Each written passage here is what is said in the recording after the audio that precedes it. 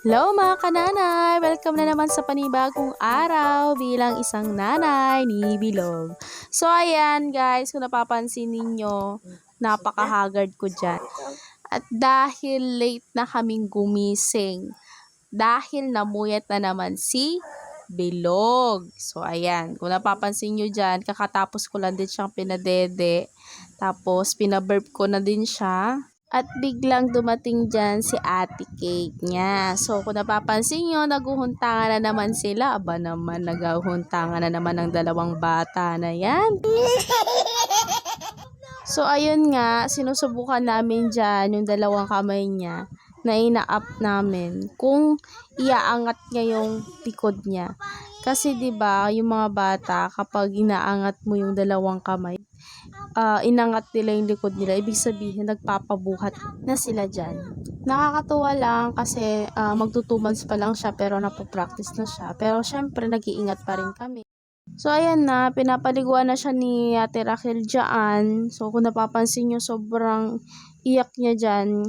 Kasi ang hirap niya talagang paliguan. Sobrang likot. Tapos parang ayaw niyang maligo. Pero sa totoo lang talaga is inaantok na yan. Kaya lang namin siya pinaliguan bago matulog para medyo mahaba-haba yung tulog niya.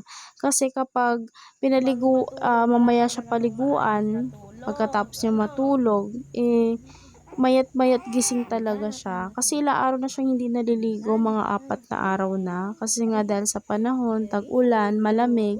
So, iniiwasan din namin na baka magkasakit, magkasipon si Bilog.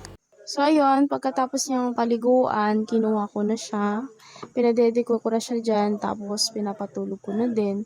Habang pinapatulog ko siya, chinecheck ko yung buhok niya, sa ulo niya, kasi may mga dandruff siya dyan. So, yung mga dandruff na yun, hindi siya kailangan persahin na kailangan tanggalin. Kuskusin ba?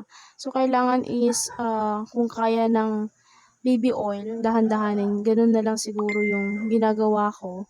Pero, syempre hindi lahat yun matatanggal. So, pag ilang araw lang, kapag every time na maliligo siya, dun lang na tinatanggalan ko siya ng dandruff.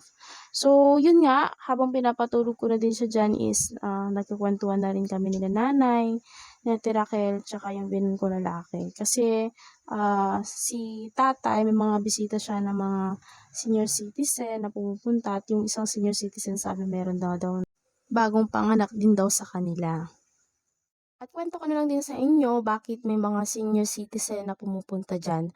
Dahil si tatay is isang pangulo sa mga senior citizen. So, nagko-collect siya dyan ng mga print na ID, no, na may thumb mark. So, may mga ibang senior citizen kasi na ulyanin na, hindi katulad ni tatay. So, may mga dinadalang print na ID na walang thumb mark. So, nag-provide na si tatay ng thumb mark dyan para in case na may pupunta na wala pang thumb mark dun sa mga print na ID nila, dun na lang ipapa-thumb mark dun dito sa bahay.